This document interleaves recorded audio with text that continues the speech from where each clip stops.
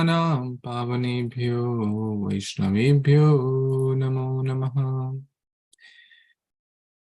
Namo Vishnupadaya Krishna Pristhaya Bhutale Srimate Bhaktivedanta Swamin Iti Namine Namaste Saraswati Devi Gauravani Pracharini Nirvishesha Shunyavadi Paschata Deshatarini. Om Namo Bhagavate Vasudevaya Narayanam Namaskrityam Naram Chaiva Narottamam Devim Saraswatim Vyasam Tato Jayam Udirayet Nashtaprayeshu Abhadreshu Nityaṁ bhāgavata-sevayā Bhagavati Uttamashloke Bhaktir Bhavati Nashtaki Aradhayo Bhagavan Brajeshatanayas Tadhama Vrindavanam Ramyaka Chitupasana Vrajavadhu Vargena Va Kalpita Śrīmad-Bhāgavatam Pramanam Prema Pumartho Mahan Śrī Caitanya Mahāprabhu Matamidam Tatradhara Napara Jai Shri Krishna Chaitanya Prabhu Nityananda Shri Advaita Gadadhar Shrivasadi Gaur Bhakta Vrinda Hare Kṛṣṇa Krishna Krishna Hare Hare Hare Rama Rama Rama Hare Hare. Hare Krishna.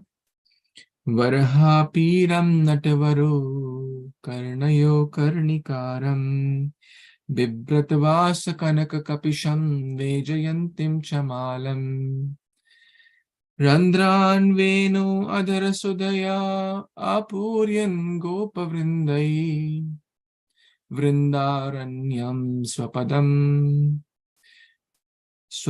ramanayam Geeta Kirti Vrindaranya Swapadam Ramanam Pravishad Geeta Kirti. Hare Krishna, dear worshipable devotees, thank you so much for joining and taking out your valuable time to read Śrīmad-Bhāgavatam, the ripened fruit of all the Vedic literatures. Canto 10, Chapter 21, entitled The Gopis glorify the song of the Krishna's flute, also known as Venu Gita. So in the last few verses, we were discussing that how from text number 7 onwards, Gopya Ocho, all the gopis, the young damsels of Raja, who are meditating upon this beautiful pastime, that Krishna is entering Vrindavan forest with his friends, and the nectarian flute is always touching his lotus lips, and the nectar from his lotus lips is entering that flute. So like that, this meditation, this deep meditation is going on. And in the last verse, we were discussing how the perfection of senses is to see Krishna. Primarily the perfection of eyes is to see Krishna. And perfection of ears is to hear about Krishna. So we discuss in that in great detail. So let's move on. Today we'll read only till 8:30 p.m. Since it's Monday, it'll be a short one. And we are going to read text number 8. Chuta pravala baraha stabdota kapla plabaja Palabaja Malanu Kritika Paridhana Vichitra Vesho Madhye Virejaturalam Pashupala Goshtyam Range Yatha Natavarau Kvacha Gayamanu. Translation and purport by the disciples of His Divine Grace Abhicharana Arvind Bhaktivedanta Swami Shri Prabhupada Ki Jai. Shri Prabhupada disciples Ki Jai. Gaur Bhaktivedanta Ki Jai. Dressed in charming varieties of garments upon which their garlands rest, and decorating themselves with peacock feathers, lotuses, lilies, newly grown mango sprouts, and clusters of buds, Krishna and Balaram shine forth magnificently among the assembly of cowherd boys. They look just like the best of the dancers appearing on a dramatic stage, and sometimes they sang. The gopis continue singing, their ecstatic song as they remember the pastimes of Lord Krishna. The gopis wanted to go to the forest where Krishna was performing his pastimes, and while remaining concealed, peer through the leaves of the creepers and see the wonder of Krishna and Balram dancing and singing with their boyfriends. This was their desire, but because they could not go, they sang this song in ecstatic love. Hare Kṛṣṇa. So, even in the previous chapter, we discussed this topic that love in separation is higher than love in union. I see quite strong connection to this verse there. The gopis, although they are not physically present like the Krishna's boyfriends, but their remembrance is so profound, so deep with it, because of pure 100% unalloyed ecstatic love. Even they could not be there, but still they are in deep meditation of Krishna and Balram, how they are, the garlands, right, the decoration, the peacock feathers, the lotuses, the lilies, the mango leaves, etc., etc. So much they're constantly meditating upon each and every aspect, even in the absence of Krishna. So at least one lesson we can learn, that whenever we see deities, we should try to meditate upon each and every aspect of the beautiful forms of the Lord. When we go to the temple or at home, what color of dress they are wearing, what kind of nupur they are wearing, what kind of ring are they wearing, what kind of earring are they wearing, what kind of garland are they wearing, what kind of flute are they holding, what's the special theme of the dressing that day. Sometimes we may see the deities and then someone asks, hey, what to speak of the finer details. Even we may not remember the dress of the color of the dress. So, but here we see that Shukdev Goswami, the gopis, etc., are meditating upon the very fine aspects. So, attention to love means attention to detail is a symptom of love. Attention to detail, right? Attention to detail is a symptom of love. When someone really cares, they focus on the finer details.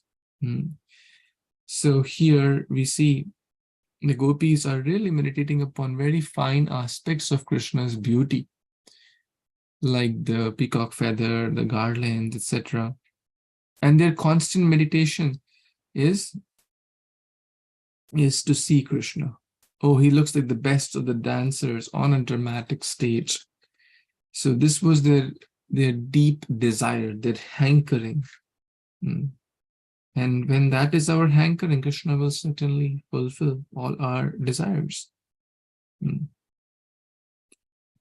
Any other thoughts? Anyone has any other comments?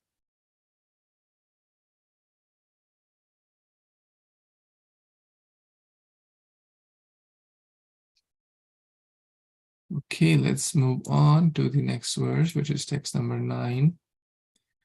Would someone like to read?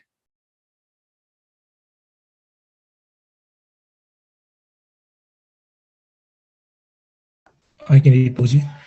Hare Kṛṣṇa devotees, Dhamma Pranam, all good to Śrīla Prabhupada. Text 9. Goppa kim acharad ayam kushalam sma benur damodaradhara sudam opi gopi kanam bhunte swayam yat avasthito rasam hridayanna rishattacho sru mumukas tarabho Jatharya. Translation and purport by the disciples of His Divine Grace A.C. Bhaktivinoda Śrīla Prabhupada and his disciples Ki Jai. Translation. My dear gopis, what auspicious activities must the flute have performed to enjoy the nectar of Krishna's lips independently and leave only a taste for us gopis for whom that nectar is actually meant. The forefathers of the flute the bamboo trees shed tears of pleasure. His mother, the river on whose bank the bamboo was born, feels jubilation, and therefore her blooming lotus flowers are standing like hair on the body. Purport. The translation is quoted from Srila Prabhupada Chaitanya Charitamrita, Antya 16:140. In the guise of releasing flowing sap, the bamboo trees are actually crying tears of ecstasy upon seeing their child become an exalted devotee, flute, the Supreme Person of Godhead, Krishna. Sanatana Goswami gives an alternate explanation. The trees are crying because they are unhappy at not being able to play with Krishna themselves. One may object that the trees in Vrindavan should not lament for that which is impossible for them to obtain, just as a beggar certainly does not lament because he is forbidden to meet the king. But the trees are actually just like intelligent persons who suffer when they cannot obtain the goal of life. Thus the trees are crying because they cannot get the nectar of Krishna's lips. So here very beautiful verse. And then we see the very nice analogy that Krishna is putting the Shuddha, the nectar, to the holes of the flute. And gopis are envious of the flute because flute get this opportunity always with the Krishna, and Krishna also with his lotus-like lips always pouring the Shuddha, nectar, in the holes of the that binu or the flute and making transcendental sounds. So here the flute's forefathers, that means flute are made from the bamboo trees. This is the releasing flowing sap, and bamboo trees are shedding tears for pleasure because bamboo tree is thinking his son is getting this rare opportunity, and the flute's mother here is river, who is giving actually giving the nutrition through the water, and the bamboo trees are growing. So mother and father in this analogy, they are very jubilant because the flute, which is the part and parcel, are very close to Krishna.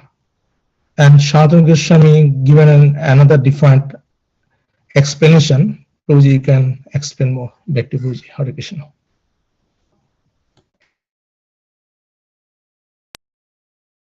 Hare Krishna.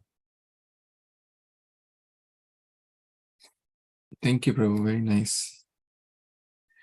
So the gopis are talking amongst themselves and in ecstatic love.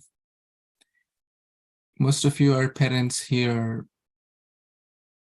Let's say your child or grandchild becomes a great devotee, like Prahlad, pure, unalloyed devotee of the Lord.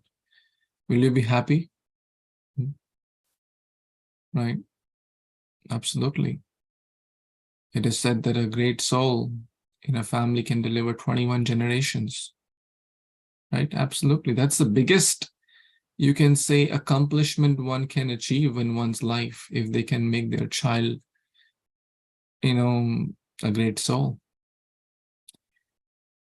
or even grandchild, or anyone in it. So it's a great blessing and benediction. And the trees, who are the ancestors of the bamboo flute, because bamboo flute comes from the bamboo tree, they're releasing the sap as their tears and ecstatic loving devotion. We're so happy that we could not get that fortune, but our child could get. Actually, every parent, every teacher, every father or grandfather wants their next generation to be even better than them, right? In every aspect, material, physical, emotional, and of course in bhakti also, that, and that's very good. That's very good. We should always pass on something better to the next generation. In every aspect, in good health, in good environment, environment, in good spiritual life, to give the opportunity maybe which we could not get. Most of us were not chanting Hare Krishna at 5 years or 10 years, but we see so many kids are chanting Hare Krishna at 5 or 10 years. It's very nice, very excellent thing. And therefore they are strategically put in that family where they can get and start their bhakti from that point. It's not a coincidence, it's the divine plan of the Lord. So in short, the parents or the grandparents are very happy and they shed tears of pleasure when the young ones, the next generation, in this case, the flute, became so close. Devotion means closeness to Krishna. So close that always Krishna never leaves his flute. So close. Even while he's sleeping, he tucks it tight. He doesn't leave his flute. In short, he doesn't leave his pure devotees ever. Krishna does not leave his pure devotees and keeps them very close to his heart. Never forgets to think about him. The devotee never forgets to think about Krishna. Krishna never forgets to think about his devotee. Yo mam pashyati sarvatra sarvam chamai pashyati tasyaham na pranashyami sacha me na pranashyati. I'm never lost to them. He's never lost to me, Krishna says. That's the first aspect. But of course, our acharyas are so profound. The other meaning, as mentioned here by Srila Sanatana Goswami Pad, that they are not able to play with Krishna themselves. The trees are crying. The cowherd friends are playing, but we are not able to play. Alas, alas, what good is our life? They're crying. Like the milk who was not able to offer himself in the Damodar Leela, said, what use is my life? When I'm not able to serve Krishna, I'll just jump in the fire. So the milk started to overflow and start to jump in the fire. That's basically they're shedding tears. So very, very beautiful verse here. I would like to also cover an interesting aspect from Krishna book here. Maybe someone can read from this point, dressed, that's this verse. If someone would like to read the highlighted portion. Yes, Sudhir. Prabhu. Hare Krishna Prabhuji, garlands from their head, dressed with garlands of lotus flowers, they were sometimes singing very sweetly among their friends. One gopi told her friends, "How is it Krishna and Balrama are looking so beautiful?" Another gopi said, "My dear friends, we cannot even think of his bamboo flute. What sort of pious activities did it execute so that it is now enjoying the nectar of the lips of Krishna, which is actually the property of us gopis? Krishna sometimes kisses the gopis. Therefore, the transcendental nectar of his lips is available only to them." So the gopis asked, "How is it possible that the flute, which is nothing but a bamboo rod, is always engaged in enjoying the nectar from Krishna's lips? Because the flute is engaged in the service of Supreme Lord, the mother and father of the flute must be happy." Thank you. Hare Krishna. So this is Prabhupada's words. Of course, in this purport also Prabhupada's words from Śrī Caitanya-caritāmṛta are there. But the point here is we see a little kind of more variegatedness here, that the different gopis are talking to each other. Hey, did you see Krishna Balram so beautiful? Hey, but look at that flute. Oh man, how can that flute be so fortunate? What kind of pious activities the flute has done? How can she take our property? So transcendental envy, right? In the Golok Vrindavan, these feelings are there. Anger is there, but in a transcendental way, like Mother Yashoda getting angry. running after Krishna, but in a very transcendental way to increase the rasa, to increase the sweetness of the exchange. But another gopi, so they're all talking, they're all having this conversation because they're all kind of completely in 100% unalloyed Krishna prema. So very, very elevated souls, very, very, the pure devotees of the Lord. And then one other says, oh, how happy their parents must be. Sometimes we see a very nice devotee, let's say doing nice kirtan or chanting or very subservient, very humble. Don't we say like, oh, wow, what wonderful parents must be. They have given such nice culture. They're so blessed to have a child like this. Very, very wonderful child, right? So, and the parents are genuinely happy. Absolutely, they should be happy in Krishna consciousness. So that's what the gopis are thinking. Wow, look at the trees, the bamboo trees. They must be so happy. So there are two meanings to the trees crying. One, that they can't serve. One is the like tears of joy because their child is getting that chance, right? Their grandchild, their lineage is getting that chance. Another is, oh, we can't play with Krishna Balaram. So unfortunate. We can't move. We are sthavar. We are stationary beings. We can't play and run with Krishna and Balaram like the other friends are doing. Oh my God, our life is waste. Hare Krishna. Any other thoughts anyone has? Let's see what happens further. Text number 10. What are the other entities in Vrindavan thinking? So let's read the next verse. Who would like to read this? Any Matajis want to read? Lakshay? Go ahead.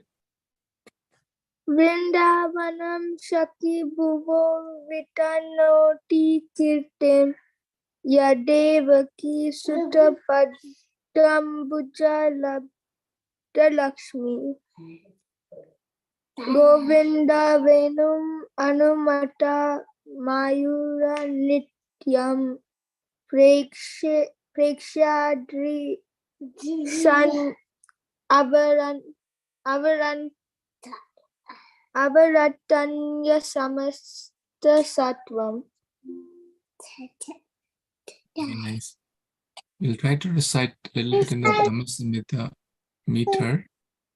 Vrindavanam sakhi bhuvo vitanoti kirtim Yadevaki sutapadambajal labda lakshmi Govinda venu manumatta mayura nrityam Prekshadri sanva avaratanya samasta sattvam Govindamadi purusham tamaham bhajami. Yes, you can continue.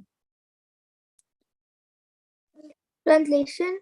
O friend, Vrindavan is spreading the glory of the earth, having obtained the treasure of the lotus feet of Krishna, the son of Devaki. The peacocks dance madly when they hear Govinda's flute, and when other creatures see them from the hilltops, they all become stunned. Purport. Srila Sridhara Swami explains that because activities such as those described in this verse do not occur in any other world, the earth is unique. In fact, the earth's glories are being spread by wonderful Vrindavana because it is the place of Krishna's pastimes. The name Devaki also refers to Mother Yashoda, as stated in the Brad Vishnu Purana. Dvenamni Nanda Balyaya Yashoda Devakiti cha Atta Sakyam Abhutasya Devakya Shaurai Jayaya. The wife of Nandana had two names, Yashoda and also Devaki. Therefore, it was natural that she, the wife of Nanda, developed friendship with Devaki, the wife of Shauri Vasudeva. Srila Vishwanatha Chakravarti Thakur explains Krishna Leela as follows. In Vrindavana, the peacocks request Krishna, Govinda, please make us dance. Thus Krishna plays his flute and they surround him in a circle and dance in time with the rhythm of his melody. And while standing in the midst of their dancing, he also sings and dances. Then those peacocks who are fully satisfied with his musical performance, out of gratitude, offer for his pleasure their own divine feathers. In the usual manner of musical performances, Krishna gladly accepts these presentations and places a feather upon the turban atop his head. Gentle animals such as deer and doves greatly relish the transcendental entertainment presented by Krishna. And to get the good view, they flock to the peaks of the hills. Then, as they watch the breathtaking program, they become stunned in ecstasy. Śrī Sanatana Goswami comments that because in Vrindavana, Krishna goes barefoot and can thus directly mark the earth with the symbols of his lotus feet. That transcendental land is even more glorious than Vaikuntha, where Vishnu wears slippers. Hare Kṛṣṇa Prabhuji.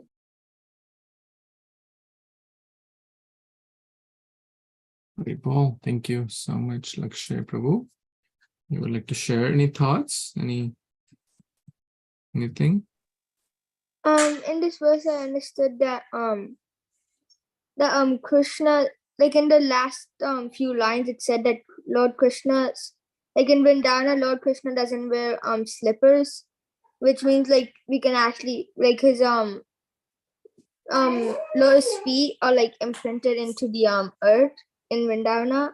So like in a way it's better than Vaikuntha where Lord Vishnu wears slippers. Very nice. Very nice. So I'm just trying to find a beautiful picture in this regard for all of you. You may have seen this picture.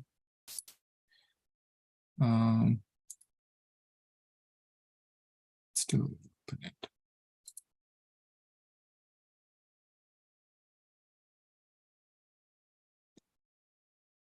So now if you recollect, the text number 5 is very, very similar to this, right? Is it not? Very, very similar. Quite a few parallels in this text and in text number 5. So what's happening particularly in this verse? O Sakhi, O friend, Sakhi, Sakha, friend, Sakhi means, the one gopi is telling to the other, O Sakhi, O friend, did you see Vrindavan is spreading the glory of earth? So, as we all know that there is no other better place than Vrindavan. It is like even in the upper planets, there is no Vrindavan. So we are blessed to be in the earthly planet, in the middle layer where we are fortunate to have Vrindavan, where we can go to, and we must try our best to go to these holy places, Vrindavan, Mayapur, and Jagannath Puri, primarily these three. And I think a lot of you have been, and a lot of you are planning. I know Lakshay is planning, right? You're going to Vrindavan this year, or Mayapur, or Jagannath Puri? Some holy place you're going, right, this summer? I'm going to Jagannath Puri. You Jagannath Puri, yes. Very nice. All three are very, very transcendental holy places. And one must go. So that's Vrindavan. Again, a lot can be said about the glories of Vrindavan, but why is it so special? We have discussed in text number 5 also. Swapada, the word comes here also. Padambuja, Labda Lakshmi. So it received the treasure, the Lakshmi. Materialistic people want to be in a place where there is a lot of business, like maybe Bombay Stock Exchange, or metropolitans in New York and London, which are materially opulent. So spiritualists want to be in a place which is Devaki Sutta Padambuja, Yat Devaki Sutta Padambuja Labdha Lakshmi, because it has received the real wealth of Krishna's lotus feet. Therefore, it is so important. What was the verse in the words in the text 5? Vrindaranyam swapada. Swapada. Ramanam. Vrindaranya swapadam Ramanam. Pravishad Gita Kirti. Yeah.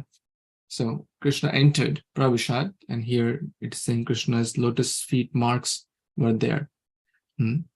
Govinda Venum Anumatta Mayur Nityaṁ.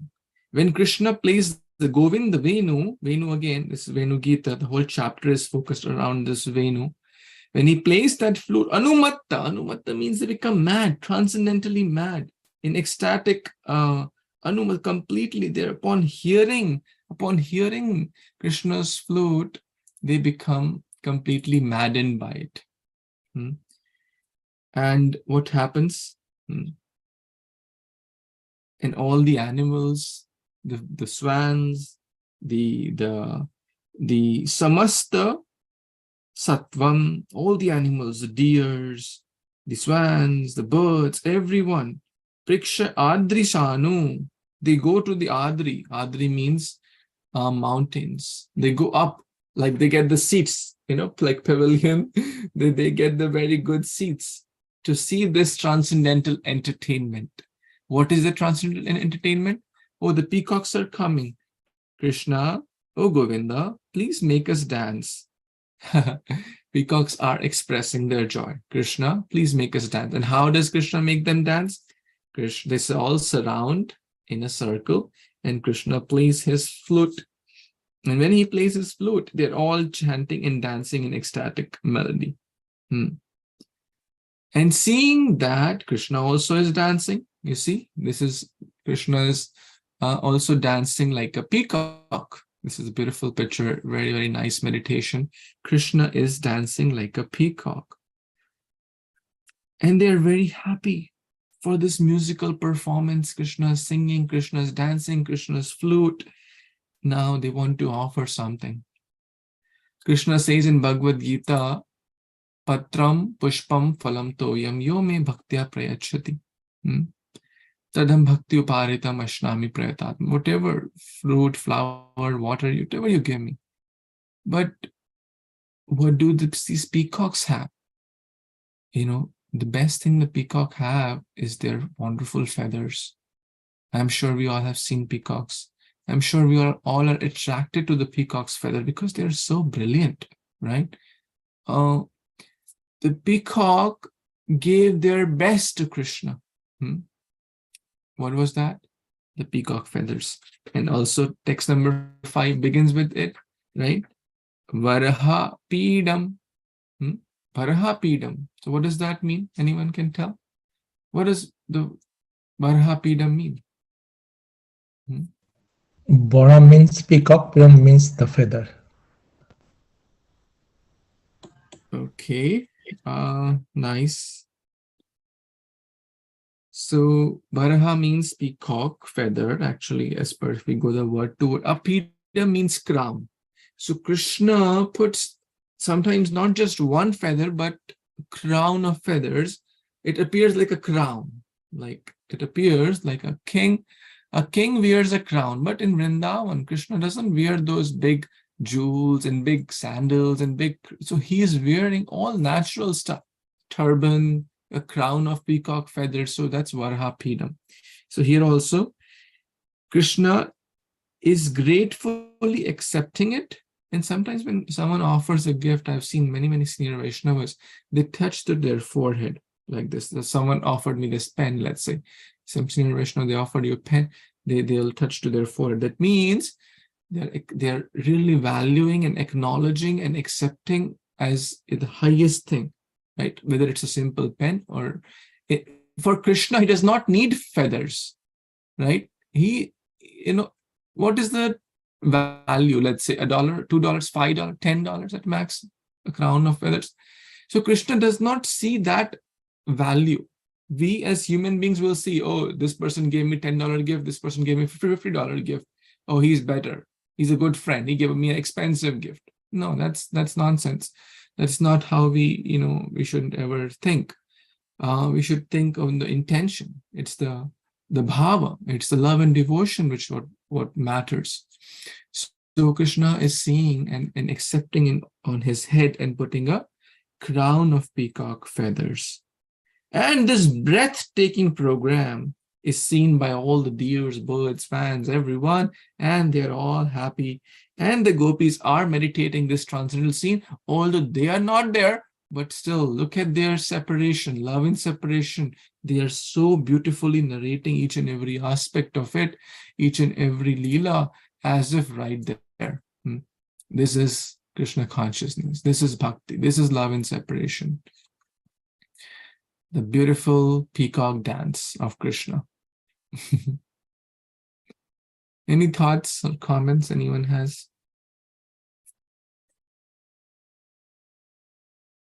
So, Hare Kṛṣṇa Prabhuji. So we know that Krishna's pastime is eternal.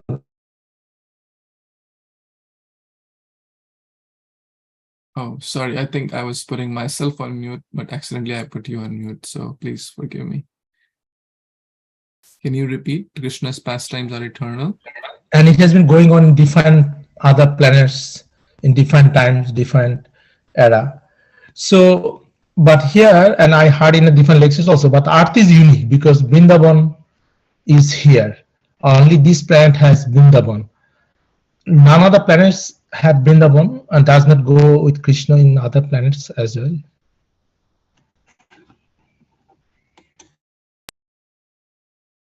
At least in this Bhumandala. At least in this, you can say, universe. In this universe, there are 14 planetary systems. In this Brahma, like who is the head, the four-headed Chatush, the four-headed Brahma, who's in charge of this universe, which has 14 planetary. There are other Brahmas, there are other, Brahmandas and so many things. But we're talking about this upper, lower, middle planetary systems where we are part of. So in that, I recently heard also and confirmed through my hearing that yes, Vrindavan is only present in the earth, in this planetary system, where there is four-headed Brahma. Thank you, Prabhuji. Hare Kṛṣṇa. Hare Kṛṣṇa. Okay, so we will pause here and continue tomorrow with the next verse. Śrīmad-Bhāgavatam Purana ki jai, Jagat Guru Śrīla Prabhupada ki jai, Samaveta Gaur Bhaktivinoda ki jai, Vancha Kalpatarubhyascha Kripasindubhya evacha, Patitanam Pavanebhyo Vaishnavebhyo Namo Namah. Thank you again. Hare Krishna, Jai Śrīla Prabhupada. Thank you, Prabhuji. Hare Kṛṣṇa. Hare